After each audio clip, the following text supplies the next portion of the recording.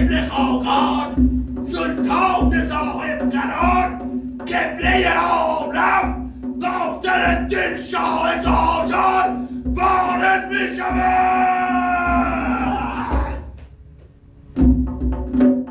شاه سیبیل قشنگ من یاور سیر کشنگم آمد فقط خودم گرم وقتی شزیر من گرم اسیرتم سیر و نبود حسیرم بریزه تو مسیرتم جرقش دربار شما کریم آقام یه چیز بگم دیره تمام تولد قربت بوده همینو کردیم بهونه تا با برابر چه خونی جشن بزرگانه ایشالا مبارکش باد تولد ببری خانه ایشالا مبارکش باد جشن بزرگانه ایشالا مبارکش باد تولد ببری خانه ایشالا مبارکش باد. آفرین جریم، الحج تو رو به درستی به عنوان درغش دربار انتخاب کردیم. واقعا بانمک نوکرم شما تو منو داری غم نداری. شاه بله ای وای.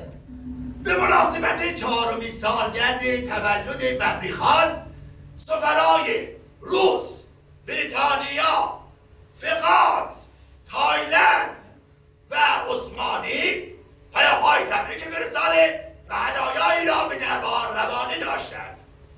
طبقا را بیاورید! نیاورید!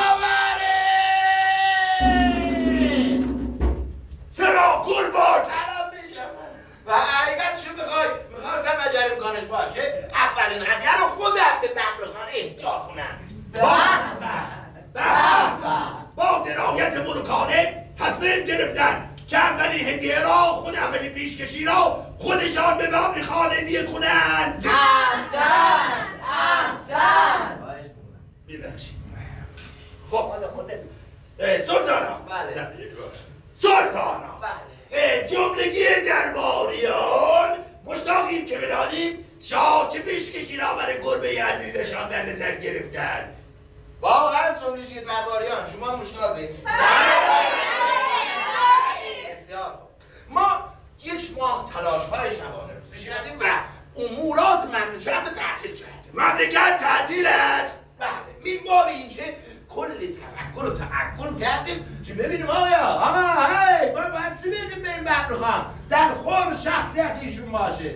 شب زنده داری ها تا صبح بیداری ها زیرش هم نشستیم با قلم نوشتیم چیکار باید بکنیم، فکر کردیم و به این نتیجه رسیدیم. چیکار باید بکنیم؟ الماس کوه نور به عنوان هدیه بدیم.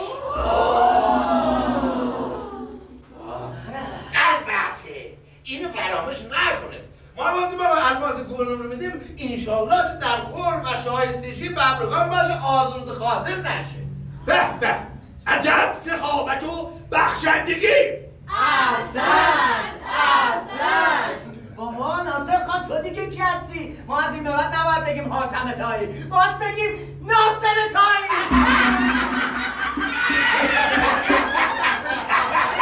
اون را بخندیم؟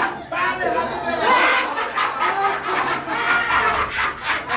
بابا این شرف چقدر تو بانمشی. ناصر طایی خدای نکشدت سهلی بشه.